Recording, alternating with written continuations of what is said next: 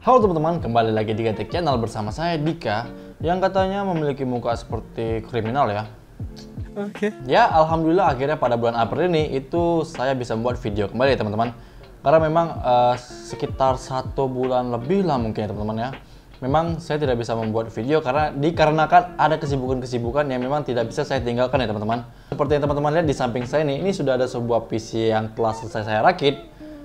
Dan PC ini tuh saya rakit dengan budget 5 jutaan ya teman-teman. Yang tentunya PC satu ini itu cukup powerful menurut saya untuk digunakan pada tahun 2021 ini ya teman-teman. Dan walaupun untuk barang-barang yang digunakan masih barang-barang jadul sih, tapi masih cukup oke lah untuk digunakan. Nah teman-teman, selain performanya cukup powerful, tentunya PC yang saya rakit satu ini itu dia memiliki sebuah estetika dengan sedikit tambahan klip lampu RGB lah ya teman-teman, yang membuat kesannya itu terlihat sedikit cakep dan enak lah untuk dilihat. Ya oke teman-teman, mungkin teman-teman sudah penasaran kan untuk komponen-komponen yang saya gunakan pada PC satu ini kan, dan langsungnya ada ini dia komponen-komponen yang saya gunakan pada PC satu ini teman-teman. Untuk yang pertama itulah prosesornya. Untuk prosesornya ini itu saya menggunakan prosesor Intel Core i5 generasi keempat, yaitu i5 4460 dengan kecepatan 3,2 GHz yang bisa diturbo hingga 3,4 GHz. Dan prosesor ini sendiri dia sudah dibekali dengan 4 core dan 4 thread dengan TDP sebesar 84 watt. Nah, prosesor ini tuh saya dapatkan dengan harga Rp800.000. Nah teman-teman, untuk motherboardnya saya menggunakan motherboard dari merek Asus dengan chipset B85ME yang dimana motherboard ini dia memiliki songket 1150 yang memang hanya bisa digunakan pada prosesor generasi keempat aja ya teman-teman. Dan juga untuk motherboard ini sendiri dia memiliki 4 slot RAM yang dimana untuk penggunaan RAM-nya ini itu bisa sampai 32 GB ya teman-teman. Dan motherboard ini sendiri saya dapatkan dengan harga Rp500.000. Tapi teman-teman, sebenarnya ada motherboard yang lebih murah dari motherboard yang saya gunakan ini. Ya dengan kisaran harga 400 ribuan lah kalau nggak salah. Itu dia menggunakan chipset H81 atau memang chipset yang paling terendahnya ya. Tapi memang kebetulan motherboard dengan chipset tersebut tidak ada ya teman-teman, lagi kosong. Jadi motherboard inilah yang saya gunakan. Untuk RAM-nya, saya tidak akan menggunakan RAM sampai 32 GB ya teman-teman, karena cukup mubazir lah untuk penggunaan RAM sebanyak itu. Jadi untuk RAM-nya ini saya menggunakan RAM sebesar 16 GB DDR3 dengan konfigurasi dual channel, dan untuk RAM-nya ini itu saya dapatkan dengan harga Rp600.000. Untuk media penyimpanannya saya menggunakan SSD dan HDD teman-teman. Untuk SSD ini saya menggunakan sebesar 128 GB dari merek Plextor, dan untuk harga dari SSD ini itu saya dapatkan dengan harga Rp240.000. Dan untuk HDD-nya saya menggunakan HDD sebesar 1 TB dari merek Hitachi. Untuk HDD-nya ini itu saya dapatkan dengan harga Rp300.000. Untuk casingnya seperti yang teman-teman lihat ini ya, saya menggunakan casing dari merek Armageddon Infineon 1000 yang saya dapatkan dengan harga Rp250.000, dan dia itu sudah include dengan PSU ya teman-teman. Jadi teman-teman, bisa dibilang saya cukup beruntung lah untuk mendapatkan casing yang satu ini ya. Walaupun memang casing yang satu ini bukan casing baru, tapi dia masih terlihat cukup bagus dan cukup baik lah untuk digunakan ya teman-teman. Untuk fan-nya ini teman-teman, seperti yang teman-teman lihat ini ya, saya menggunakan fan dari merek Aigo DR12 Pro 5-in-1 ya, yang saya beli dia itu dari luar daerah ya teman-teman, dengan harga Rp527.100, dan itu sudah termasuk ongkirnya teman-teman. Dan untuk heatsinknya pun itu juga sama teman-teman, saya belinya itu dari luar daerah ya. Dan untuk heatsinknya ini saya menggunakan heatsink dari merek Halsey Halo H120D dengan harga Rp410.200. Ya awalnya saya pikir lampu fan pada heatsink ini dia itu bakal berputar atau auto RGB ya, tapi ternyata memang lampunya ini hanya diam gitu aja, jadi sedikit melenceng lah dari apa yang saya pikirkan yang ingin saya buat ya teman-teman. Tapi ya nggak jadi masalah lah, karena memang performa pendinginan yang diberikan dari heatsink ini sendiri cukup baik lah. Dan juga teman-teman, saya memang sengaja membeli heatsink yang memang memiliki 2 buah fan ya, karena memang satu buah fan-nya ini itu saya mau letak pada bagian belakang seperti yang teman-teman lihat ini. Jadi biar sirkulasi yang ada di dalam casingnya ini dia tuh, atau hawa-hawa panas yang ada di dalam casing ini bisa dikeluarkan dengan cukup baik lah. Dan untuk VGA ini teman-teman, awalnya sih saya ingin membeli sebuah GTX 1050 Ti yang versi 4 GB nya ya, tapi seperti yang teman-teman tahu, VGA saat ini lagi pada goib semua, dan kalaupun ada VGA nya itu harganya lagi pada melambung dan nggak masuk akal semua lah, nggak bersahabat di kantong yang jelas ya. Nah setelah itu saya coba cek kembali lah di marketplace, saya coba lihat-lihat dan bisa dibilang saya juga beruntung lah mendapatkan VGA satu ini ya.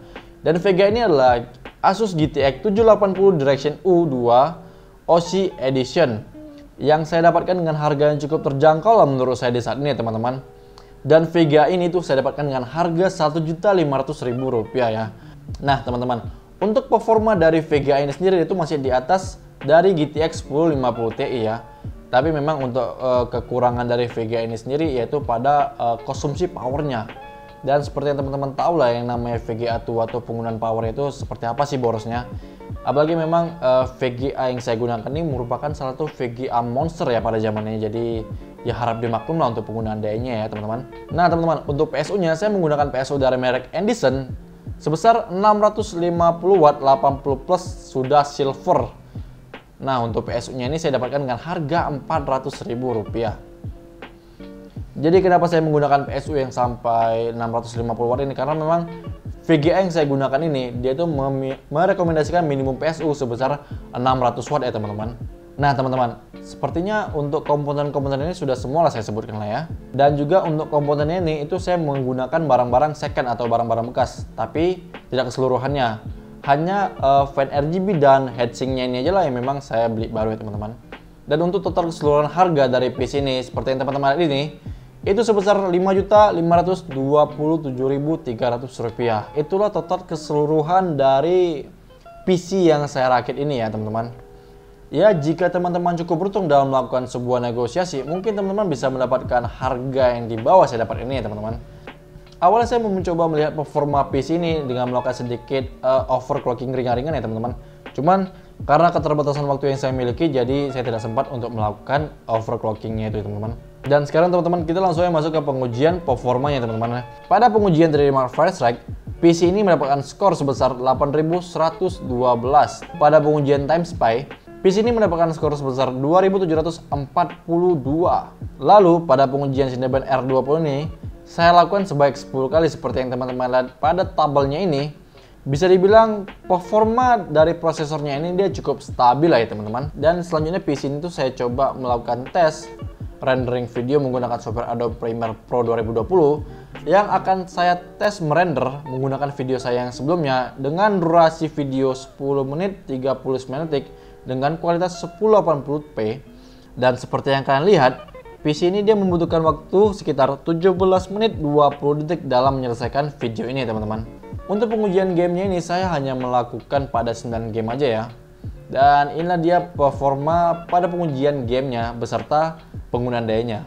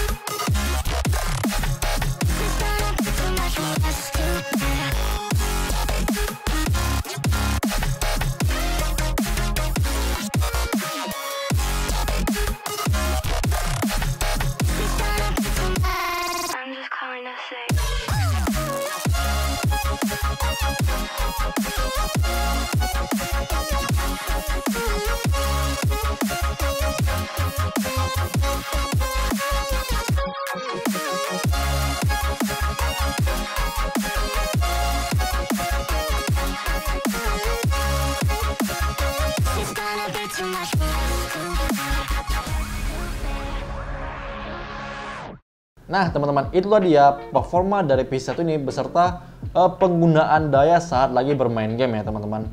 Pada kondisi idle seperti yang teman-teman lihat ini, PC1 ini dia mengkonsumsi daya sekitar 66 hingga 68,5 watt ya. Dan pada kondisi full loadnya, PC ini dia mengkonsumsi daya hingga 378,8 watt.